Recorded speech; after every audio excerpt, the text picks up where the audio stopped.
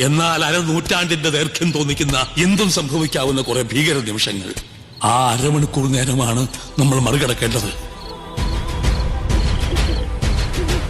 ഇപ്പോൾ തീരുമാനിക്കുക. ഒന്നുകിൽ എല്ലാം ഉപേക്ഷിച്ച് എത്രയും പെട്ടെന്ന് ഇവിടെ വിട്ടു പോവുക, അല്ലെങ്കിൽ സകല ദൈവങ്ങളെയും ധ്യാനിച്ച് അവളെ നേരിടുക.